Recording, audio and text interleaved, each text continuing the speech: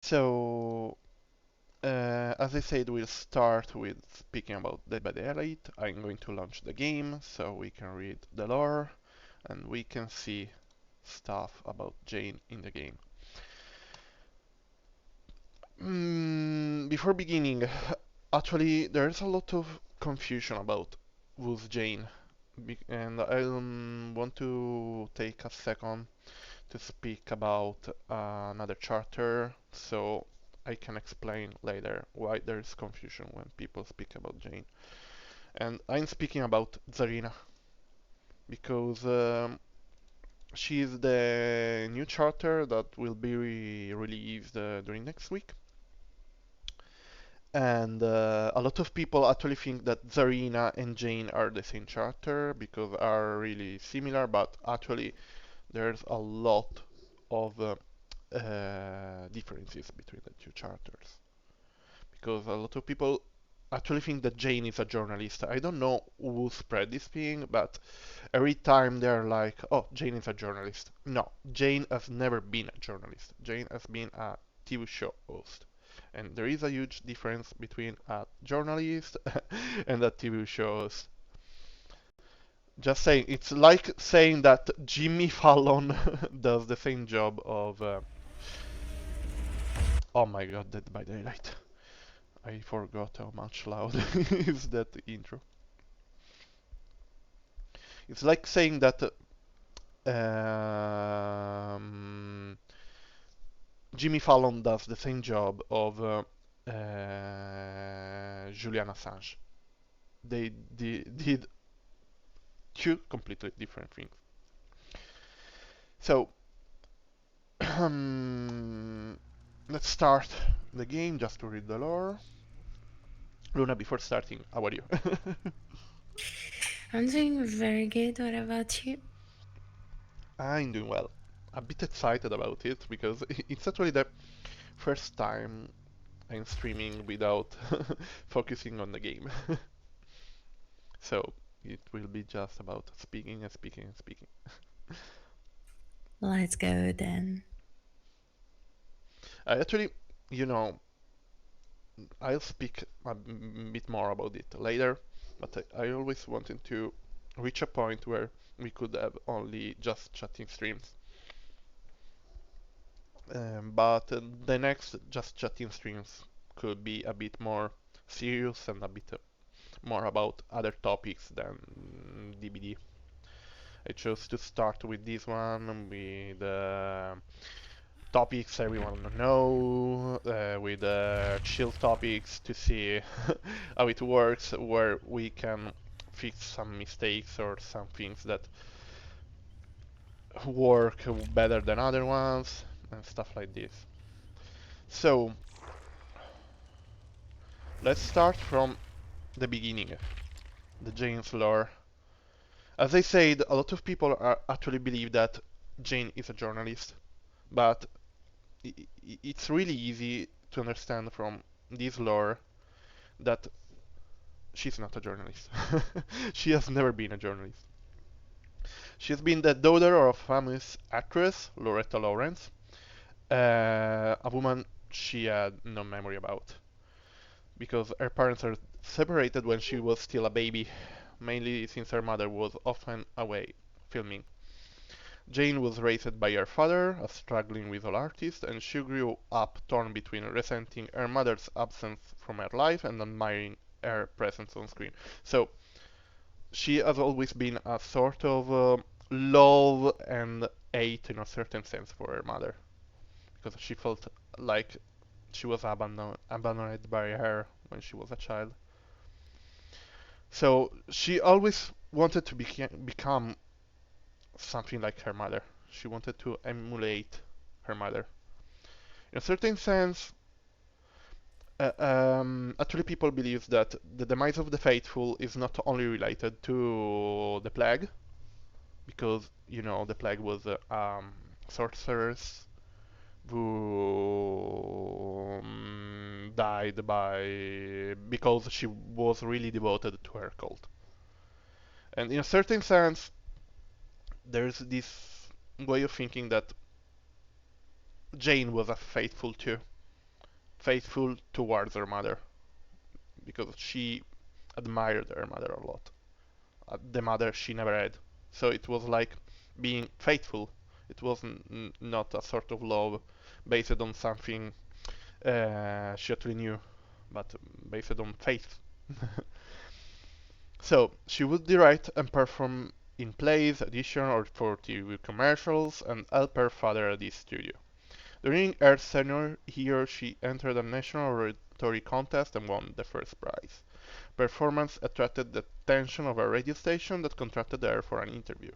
During the live show, her natural charm and repartee impressed the staff, who offered her a part-time job at the station. After graduating college in communication, she quit her job at the station to work for a trendy variety show. But her frank delivery and ad-libs were not appreciated by the show's executives, who fired her after 5 months. Desperate for another opportunity, Jane pitched the show at the radio station she wanted to work at, only to be turned down, her proposal being too risky. So she has always been a sort of hothead. She didn't give a fuck about being too correct, but she was always genuine, she is direct, and she faced things head on. She doesn't care about anything. And this is something that I have really in common with Jane, and one of the first things I could relate with her. 4 months later, she received a phone call from a producer who had seen reruns of the show. He was looking for a co-host to spark up the failing show Quick Talk. Live television meant long hours, a low salary, and no stability, but it also offered a platform to broadcast reviews. She disputed the crude, inflammatory tone of Quick Talk and pushed for a relatable coverage of personal issues. Her honest delivery resonated with her audience, and within weeks the show's viewership was steadily growing.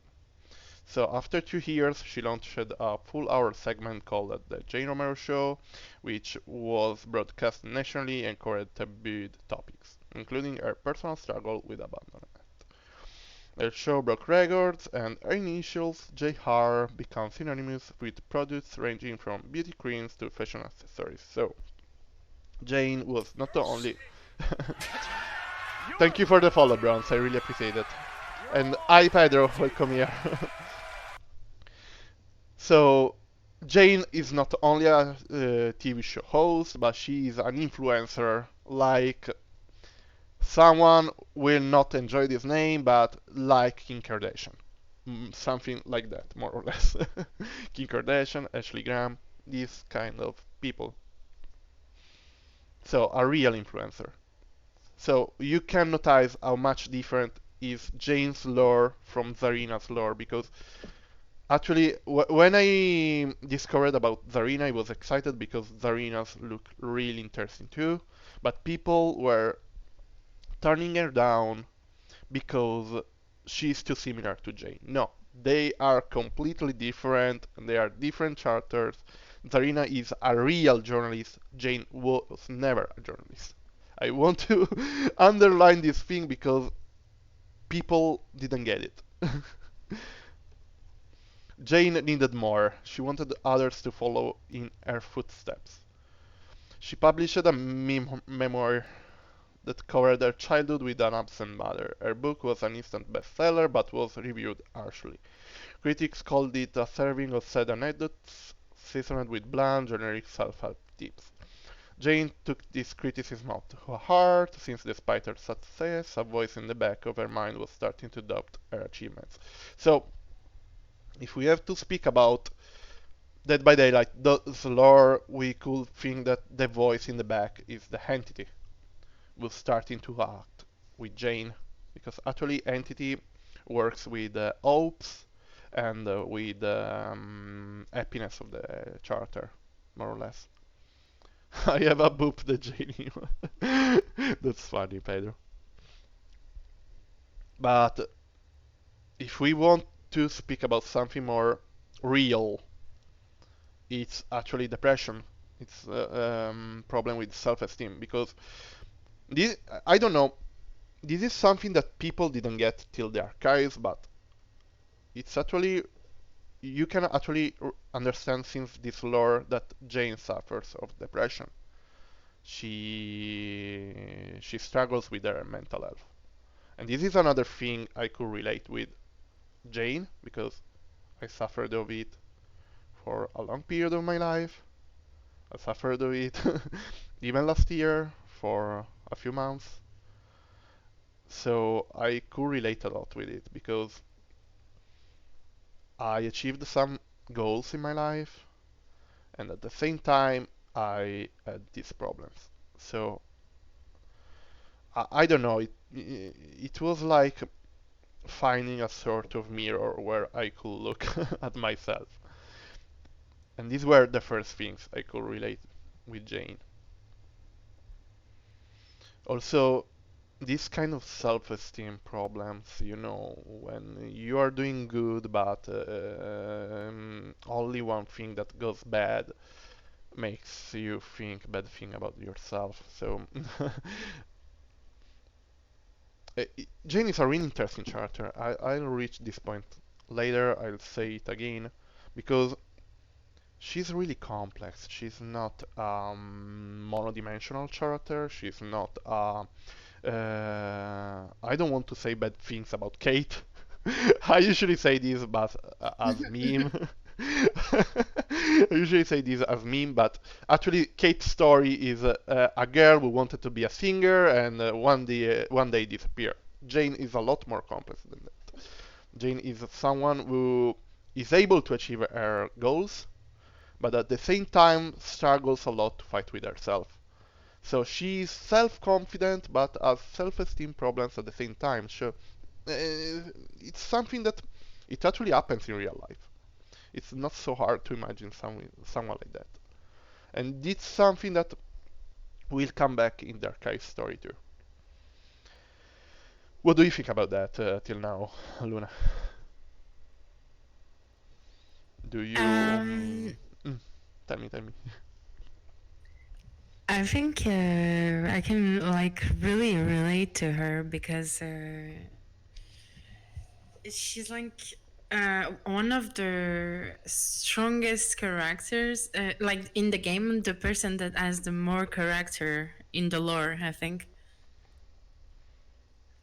she's like so strong. She's such a strong woman, and I think people like can really relate to her story. Like the fact she got like she wanted like kind of go on her mother's path, and then she just felt like she would not make it. And Mhm. in the end she still managed to get this, and she's still not happy. That's like kind of that. I think, yeah, like you say, that's really about mental illness and about fighting a lot. Yeah, it's something that actually it's not present in other charters. I think Yeah. it's also because behavior with the time improved in the writing of the charters. And I think they did the step forward with this chapter with Demise of the Faithful because you can easily understand how much complex is Jane related to previous survivor. I think that the survivor before Jane was Jeff, and it was kind of interesting, but I don't know, his story was good, but it lacks of something that makes you relate with him, in my opinion. There are not a lot of Jeff mains, but there are Jeff mains. There are some players who enjoy him, but I think it's more related to how he looks like. It's not about the lore of the character. Yeah, I Well, think so. But like even like physically, just genuinely the character itself, like the fact that she is in a different like shape than other females in the game. Yeah, That's very interesting. I really, really like it. That's like when she came out, that's the first thing I noticed, and I was very, very happy about it. About them implanting a character that is curvy, that is plus size. yeah, that's another really interesting thing. That's why I say that Jane is unique in the Dead by Daylight's lore. Because they did a lot of things with this charter, starting with the backstory, and then, as you said, with the shape of the charter. And you know, um, I wanted to reach this point, and Jane is not only curvy. She's sassy in, and she's really confident in her body. She's not only how can we say it? She's not with this shape just to how can I say? Sometimes you have the feeling that a charter is created in a certain way because they have to do something different just to do something different. While her body is actually not for just being different, just doing something different. It has a sense in the charter. She's proud of being how she is. She's self-confident in it, and she's actually one of the survivors that who care more about how she dresses. We are speaking about someone who became, as we can read here, synonymous with fashion accessories. So she's not afraid of how she looks like, and this is something amazing in my opinion, because you could create just a curvy charter just to do it without caring about everything else, just to do okay. We did a curvy charter. We made some people happy, and now we can just move to the next charter. No, they actually care about this feature of the charter. She's not curvy just to make some people happy. She's curvy because it's an important feature of the charter. And this is amazing in my opinion. It's not easy to create a charter like this without looking just as I would say a word that is really bad used on internet, just to look as social justice warrior. No, Jane looks like that because it has sense, because it's a real character. She's a real character people can relate with. And you have no idea. Since I have been Jane, I had a lot of people who reached me to say, "You have no idea how much I love Jane, and I love that you are here because I have her same body, and I can relate with her a lot." So they made mm, they did a great job. There is that meme. Oh, I think we did a pretty good job so far. I think they really did a great job with this charter. I think that no, I'm serious. I think they really did a great job because actually there are a lot of people, even who not player, who don't player, even people who have other mains, they still love her because they can relate with her. Of course, there are haters, and we'll speak about it too. But what is more important is that there are people who relate with this charter. I think that this is amazing. So we are speaking about charter was really strong, was problems though, different from the other chapters, even for how she looks like. I'm proud of looking how she looks like.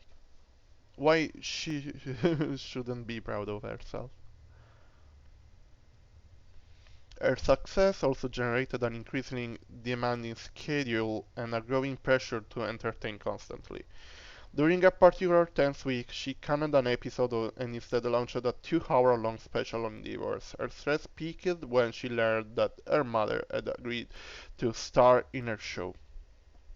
So, this showed that even achieving your goals can still create some problems, and I can assure you it's true.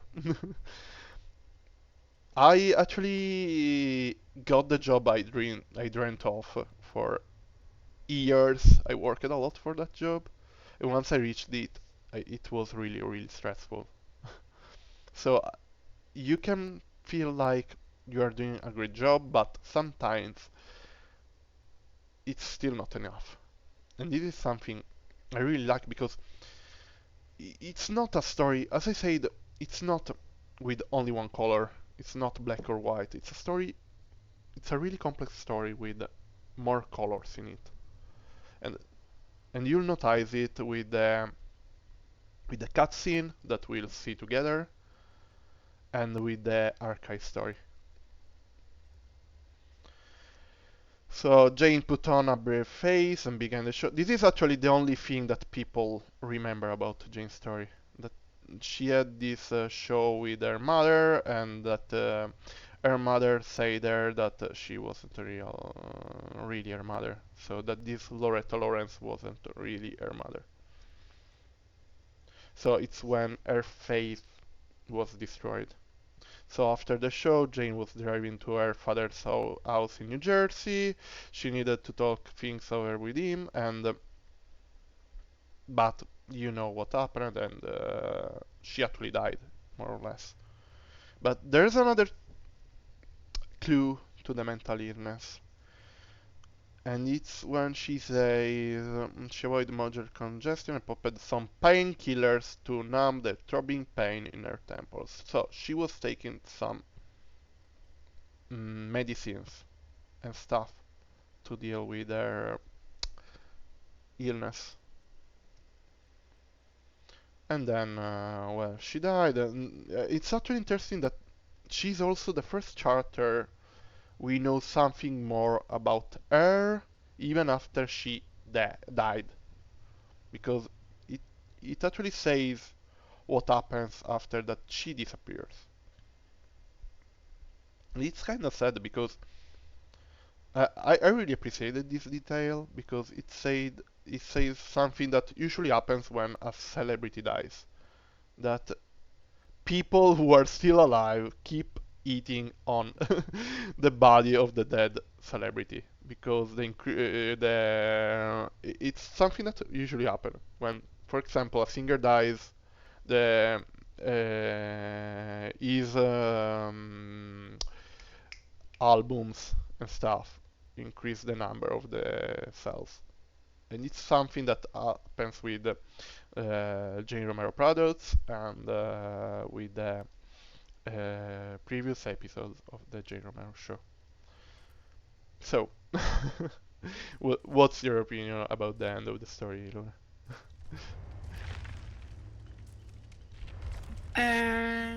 So, to be honest, I don't really get that part where a mom says she's not her mom. Mm-hmm.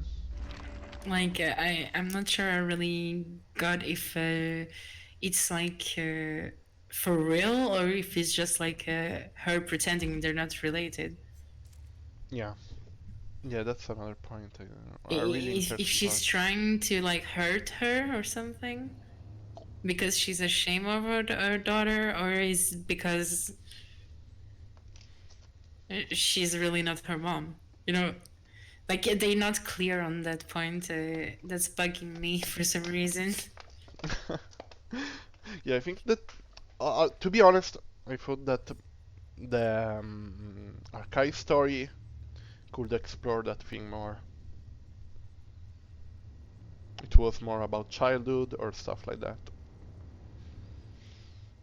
or more about the moment where she faced her mother actually.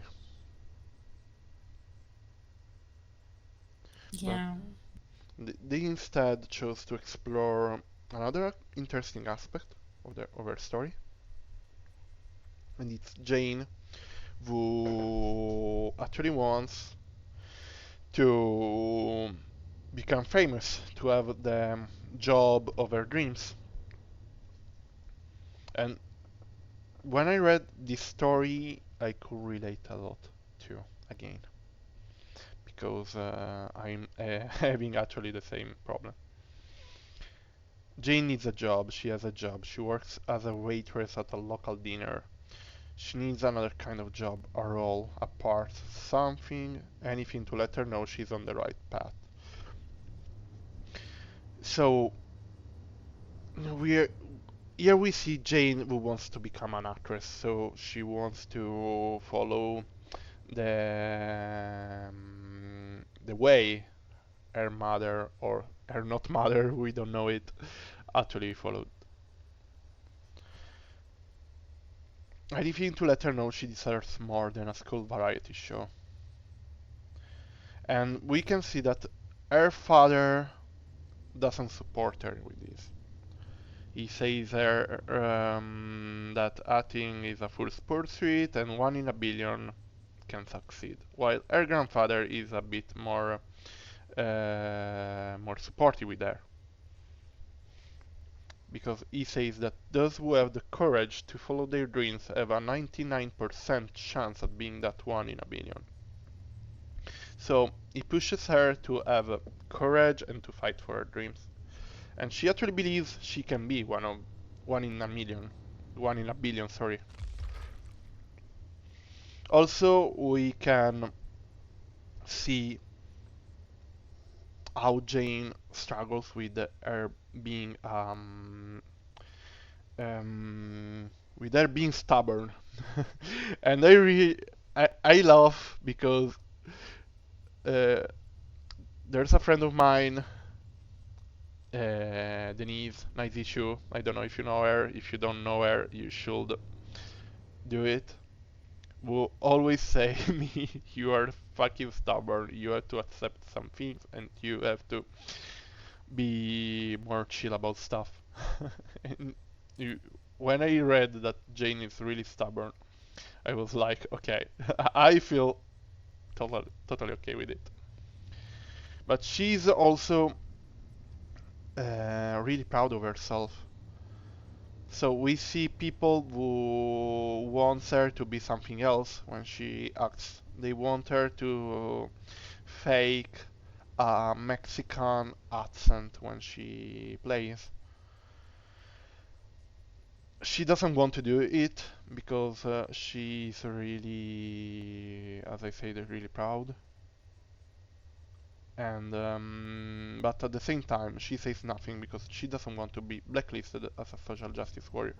And this can look like something cowardish, but I assure you that in the world of job, in the world of professional jobs, it can be every kind of thing. So here we speak about entertainment, but even in my experience, I had people who suggested me not don't say anything or your career could end here. And this was a kind suggestion from someone by someone who actually cared about me. But I also think that if I reached some goals in my life was because I didn't accept something. So I think you need to find the right balance between two things.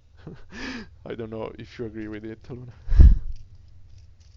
I totally agree with it. So here we can read something more about this kind of situation of Jane being proud of herself and fighting for being recognized as,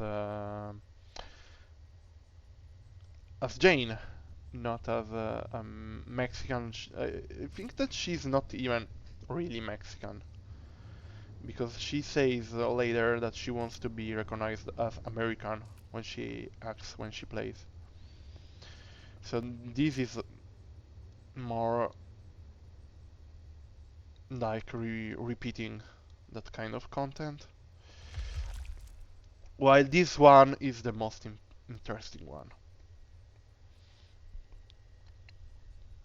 The most interesting were the 4 and the 5.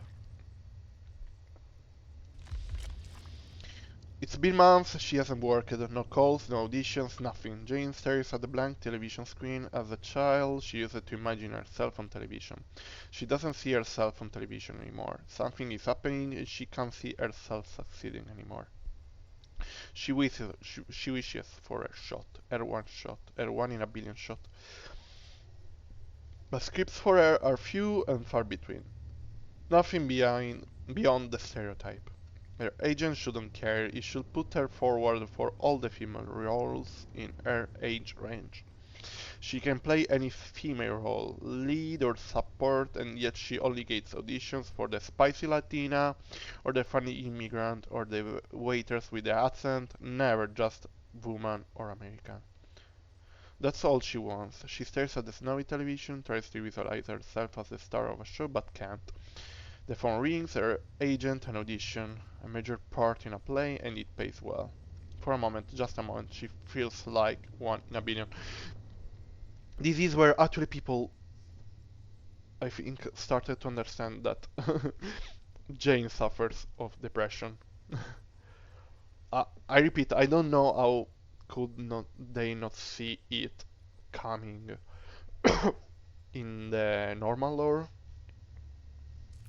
but this is actually where people started to understand it. And at this point, it's really clear that something's wrong with their mental health. Also, there is another important thing, and I want to underline this thing, that she's not happy about being recognized as the spicy Latina, so please, can you? I'll say it here. This is not about my viewers because I know that my viewers are amazing, but I would like to make people stop writing me direct messages where you try to ask for lewd thing to me. Please stop. It's not funny. It's not. Even if you want to roleplay, you have to know that Jane doesn't agree with that stuff. So if you try to ask for messaging my feet or boob stuff, speaking about my beauty, Jane only says fuck you, okay? Read the lore to understand that before asking to roleplay in that way. I close this topic and I'll never come back here. What do you think about it, Luna? Not my not my Sorry. weird messages. Um, about that, number four, uh, I think it's a lot of like, yeah, she has enough, but you see, like the number three wasn't very interesting, but I found it very interesting as well because you can find something that you find as well on the number four is discrimination. Yeah. She's tired of being a victim of racism because she is Latina and people don't consider her American. She just wants to live her dream, but she always get the crazy cliche roles, and I think that's also because she gets all these offers she's not interested in, and that makes her unhappy because she wants to be known as Jane, as herself, and not as just another Latina in a telenovela or something. Yeah, you totally got what's the point.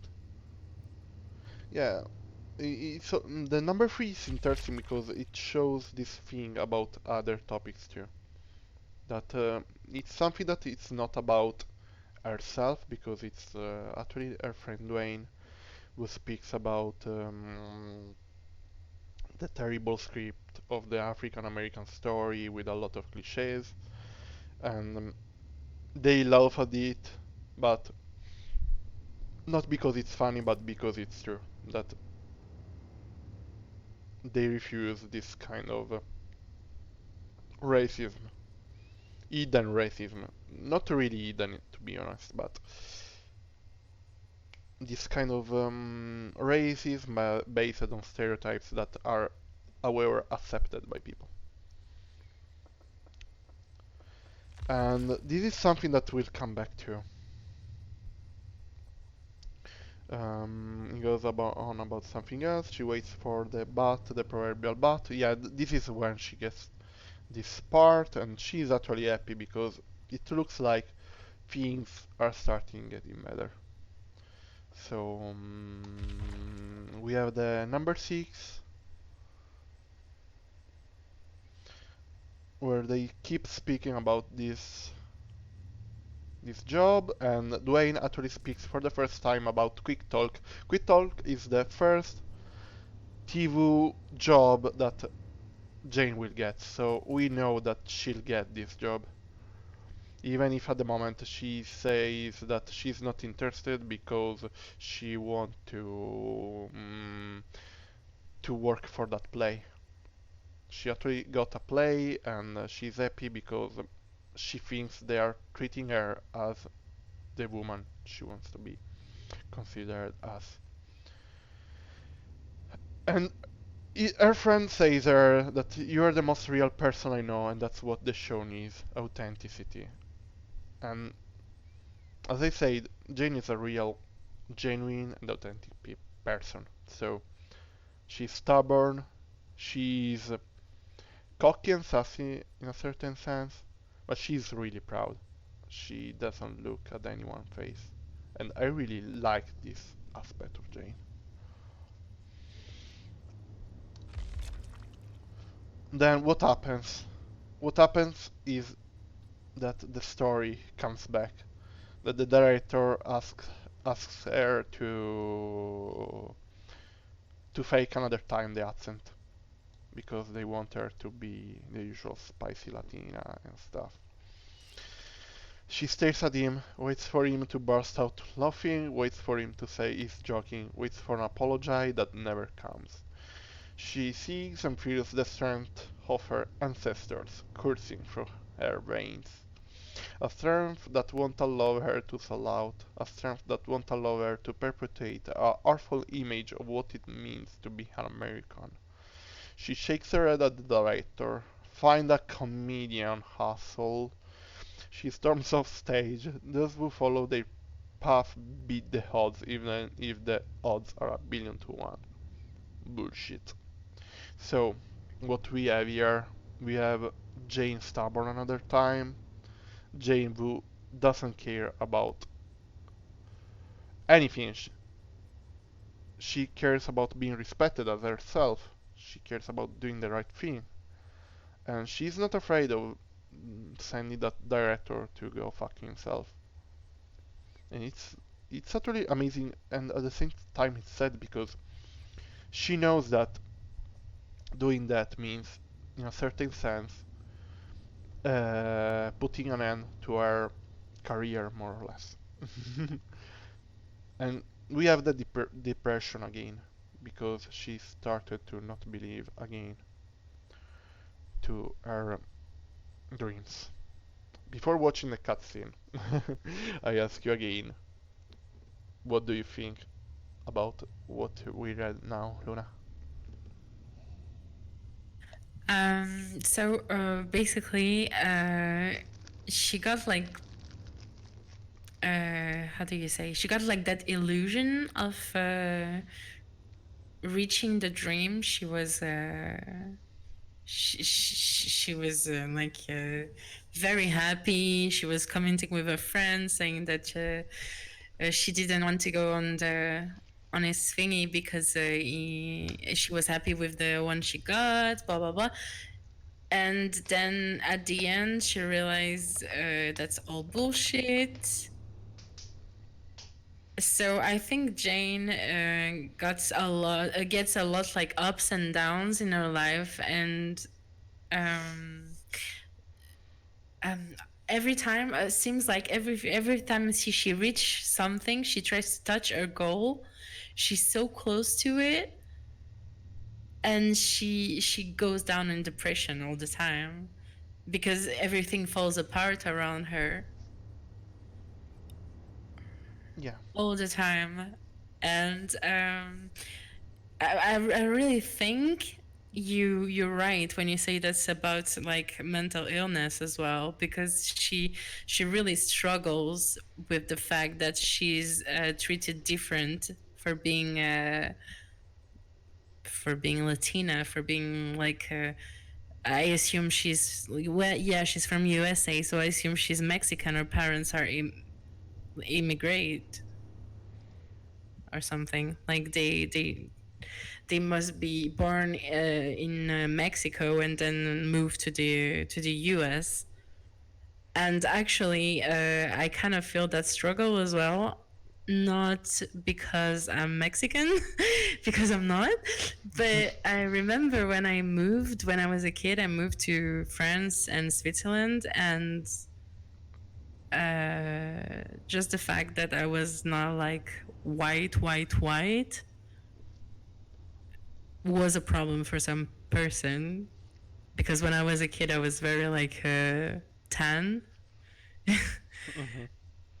and I wouldn't speak French, so I kind of understand the struggle. People just kind of look at you weird and treat you differently because you're not part of their culture. I think Jane is a very engaged woman, and she doesn't want people to like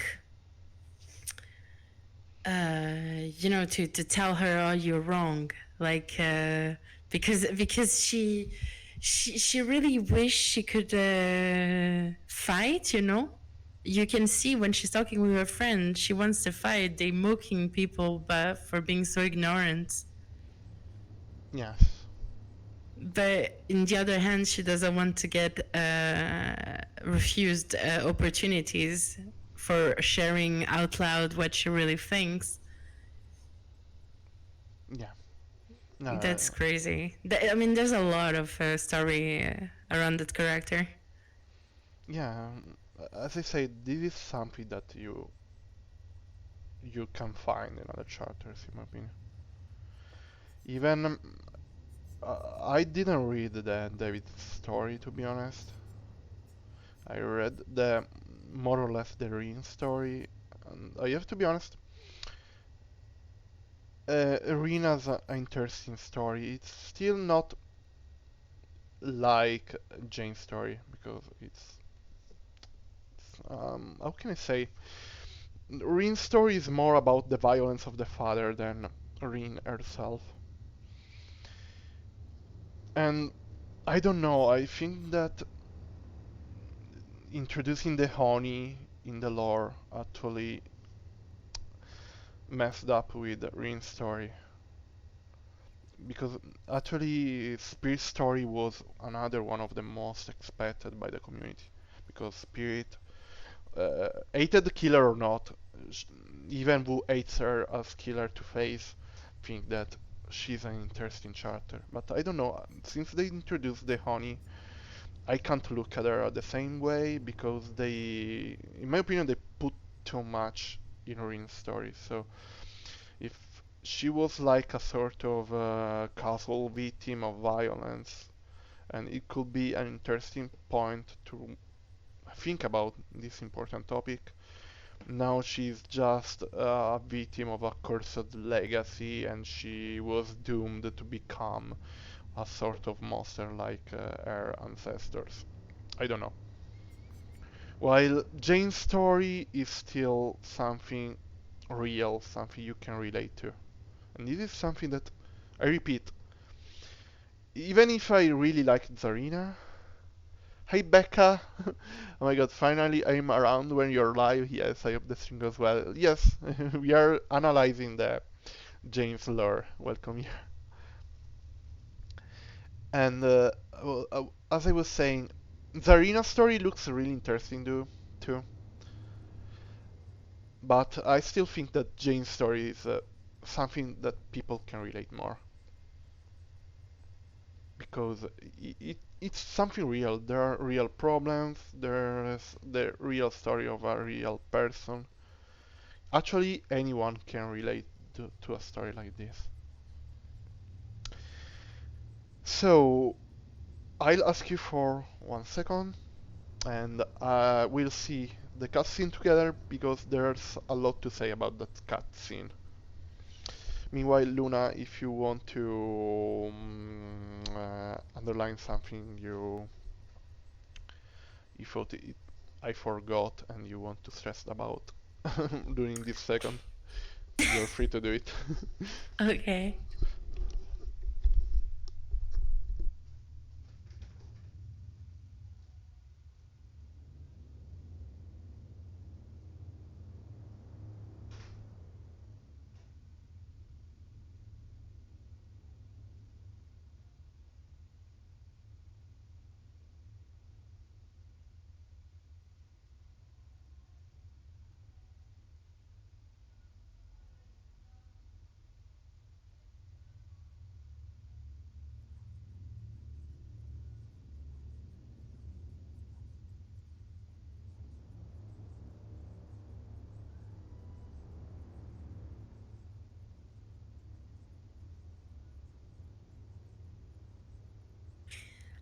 Well, I'm sorry, actually. Don't really know what to say because I'm a bit shy, but I'm just inviting you guys to get comfy and chill with Jane tonight and the other nights. Okay, I'm back. Meanwhile, chat, if you want to say something about Jane, every kind of thoughts and stuff, you're welcome to do it because I would like to make it an interactive discussion with a lot of you, sharing your experience with Jane, what makes you relate with Jane so much. Because tonight it's fully dedicated to Jane and to us. So, I launched the cutscene from here, but I think I'll open it on my desktop too, immediately after it, because I want to analyze a really important thing about it. So let's watch the video.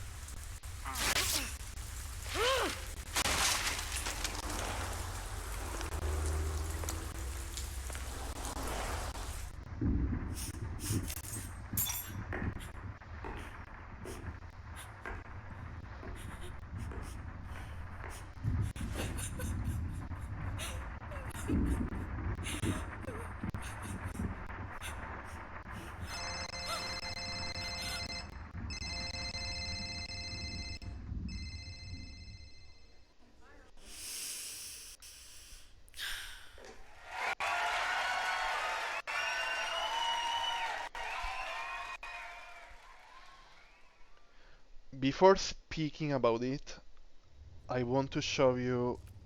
We can take the other two videos of these archives, but it will work for the Trapper and the Claudette videos too. And I'll ask you to find one big difference between the videos. Let's see, David.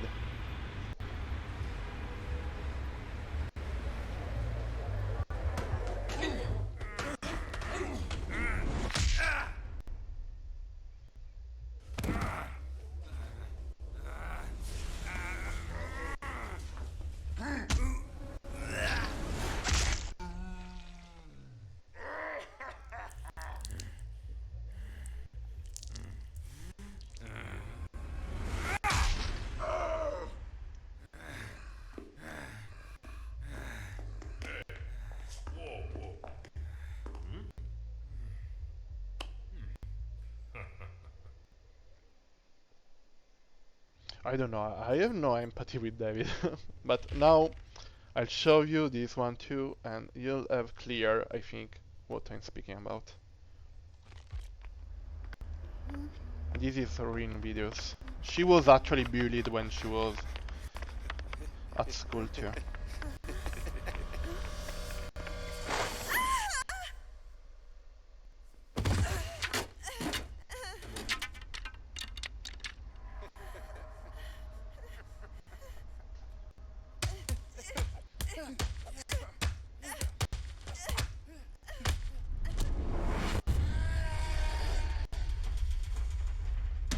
This is what I say when I speak about there's too much in Rin's story now.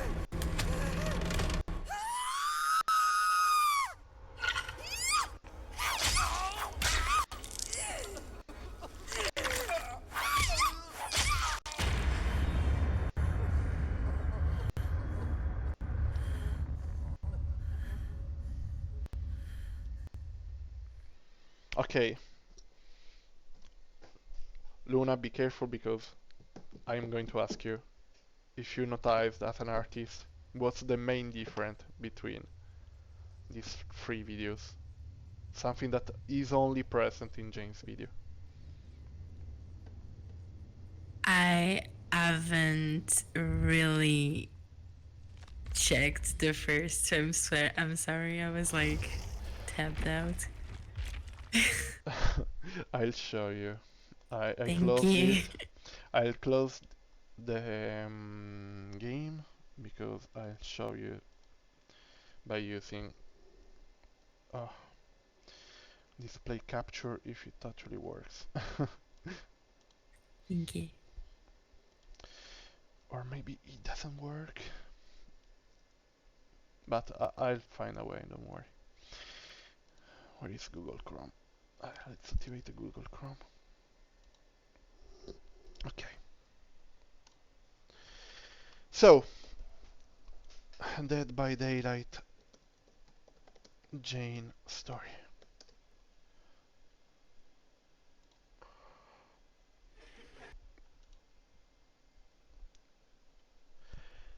There's a huge difference, and it's in this moment.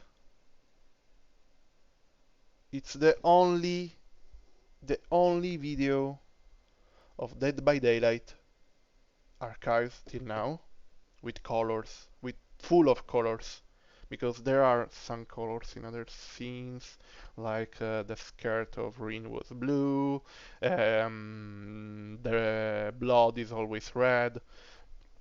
There are some details even in Trapper and Claudette stories, but Jains Lore is actually the only one with scene with full colors. There are actually two scenes with have full colors, and I think this is not casual, considering what we said tonight. For a few reasons, I have more way to interpret this thing. But I want to ask you. I want to ask to Luna before saying my theories. What do you think can be the reason about the colors? Just we are just speaking about theories because we don't have the answer actually. Well, to be honest, I don't really know about the like I'm discovering it a bit because I didn't read all the lores before, but I don't know. I think it maybe has to do with her death, like with people producing it at the end. You know, like putting the episodes. I think that's just like No, the lore is well, the video is about when she sends the director of the play to go fuck himself, Yeah. and she accepts to work for the show her friends spoke about. So for quick talk. So Yeah. it's she having the job she actually worked for. But the thing is, if you look at the video, before she enters in the scene, you know, Hmm. to on the show, she seemed very upset. She like her face when she's looking down, she's breathing heavily, and she has kind of a furious face expression. Even though she's looking down, you can see she seemed very hungry, angry. Sorry, Yeah, not she's hungry. she's angry with the director of the play. Yeah, and then she still pretends like she enters and she puts on a smile like. But, so I'm wondering if it's not like, you know, kind of like in an alternate reality, like an episode of the Jane show just showing off somewhere. Yeah, now I'll tell you what I think about the colors. I have two theories about it. Let's Okay. see what is actually the most fitting one. My first theory is we spoke about depression. So everything before was really, how can we say, really dark, black and white, no colors. So she was in her dark and sad world. And but when she got the job she was looking for, she was fighting for, she found happiness, and so her life became colorful again. This is my first theory about that cutscene. The second one is a bit more dramatic.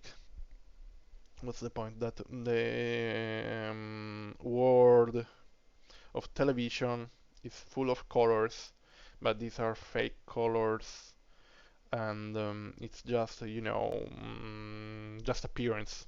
It's not something real. So it's like a sort of a place of contraries.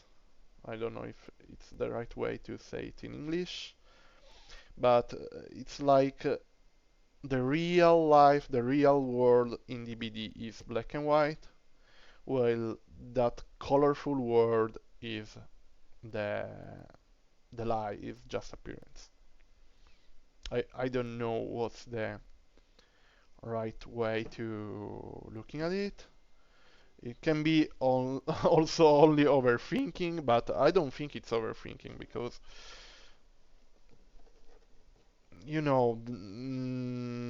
there's no reason to put all these colors in a single scene.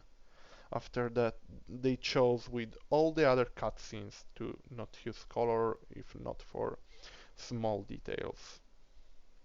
So I think that these colors have a meaning, and in my heart, I want to hope it's for the positive thing.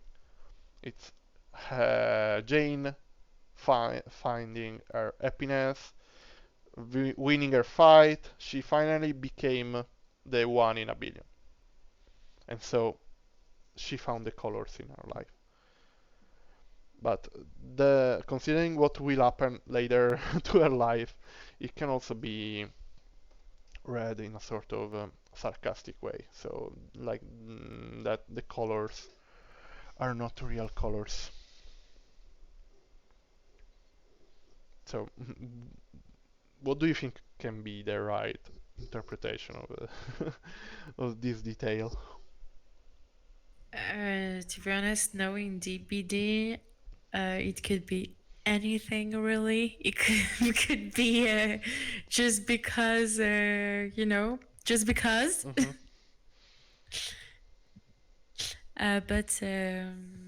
But yeah, like I'd like to think that it's like kind of a positive message, but because what really like kind of the first thing I like my reaction when I show you show it to me because I haven't seen it before was that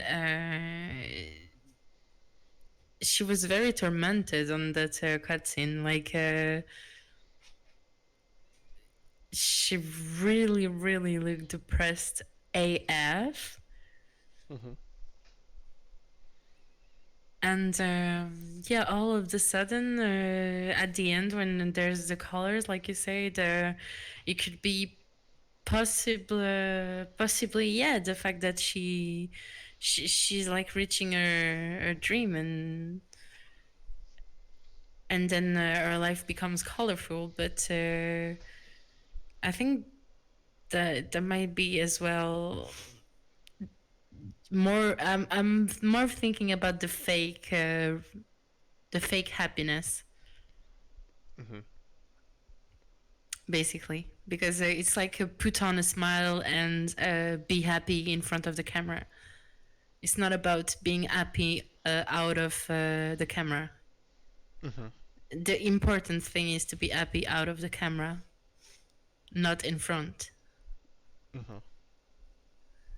So you So you think it's a sort of the colors are for the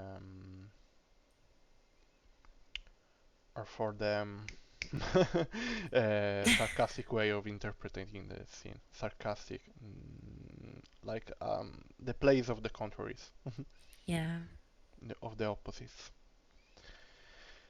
So we said almost everything about Jane's lore, and yeah, we spoke about the shape of Jane too.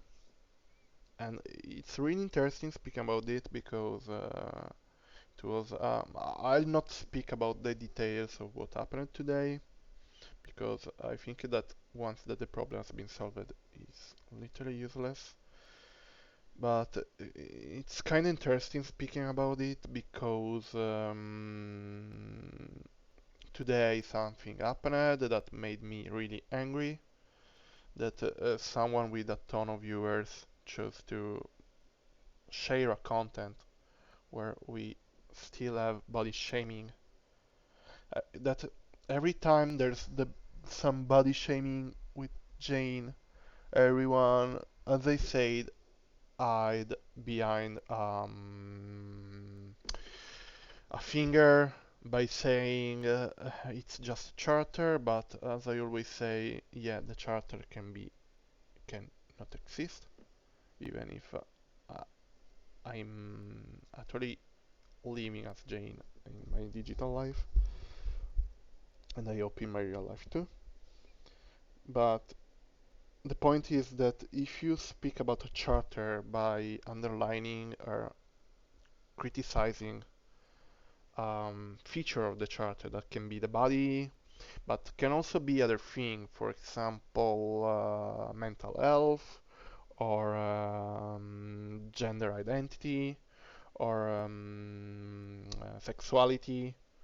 If you mock a charter for one of these qualities, you are actually mocking all the people who can identify or relate with these characteristics. So this is why I always get mad when I hear stuff like that. But at the same time, I'm like, you know what? Fuck you. I don't care. I'm proud of who I am. I'm proud of my shape, or I'm proud of being Jane here and being Jane in my real life and having Jane's shape.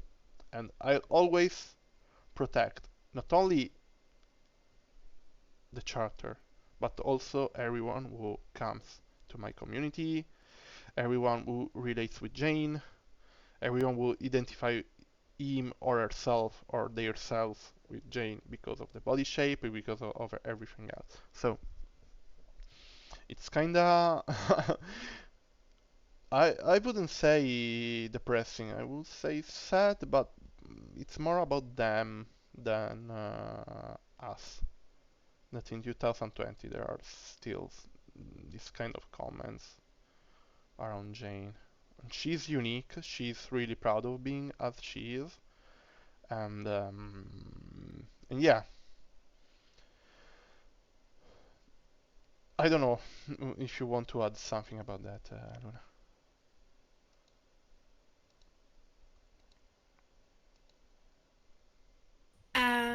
Yes.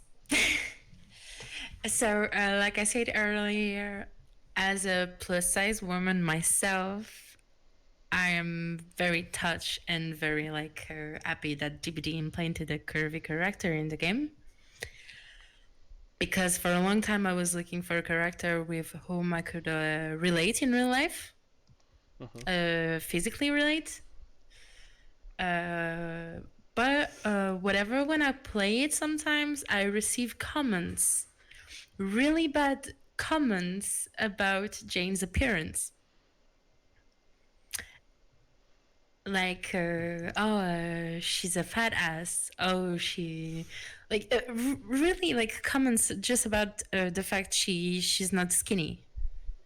Mhm.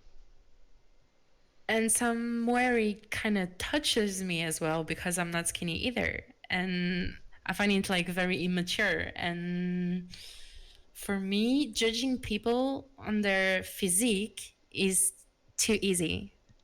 It's the easy way, isn't it? Like, I don't know. I find it like horrible, the fact that some people in 2K20 still like think it's okay to just say shit like that. And I know most part of the people don't think, they just say like they speak their mind. But sometimes when you see that, like people like you, for example, that relate a lot with Jane, uh, can be touched as much as me that relate with her body type. Mhm. Yes. And you just keep like going around saying shit like that. Like, you don't know who's behind the character. You don't know who you're talking to. Even, I'm not even talking about just the physique of people, like their appearance, but even in general, just like people in the endgame chat tend to think that it's okay to say certain things because it's internet, Mhm. Yeah. and No. that it's not normal at all. Yeah. No. You can imagine us playing Jane as having Yeah. as name Jane Romero. How many times I had to face these situations. Sometimes I really fought for it. Sometimes I fought in the game and in communities too. I left some communities because when you see this attitude with these comments by mods, you are like, okay, this is not a healthy community. And maybe even the content creator doesn't share that kind of attitude, but if you choose to be represented by some kind of people who think some shit, it's your responsibility, in my opinion, to make them like an example and not to act like this, in my opinion. Yeah, but the thing is, nowadays people don't know the difference uh, between every time they're gonna say something bad, instead of trying to correct themselves and be a better person, like be better than yesterday, Yeah, basically. It's just too easy to throw something like, oh, it's freedom of speech. exactly. They confuse freedom of speech with the freedom of or Exactly. being respectful.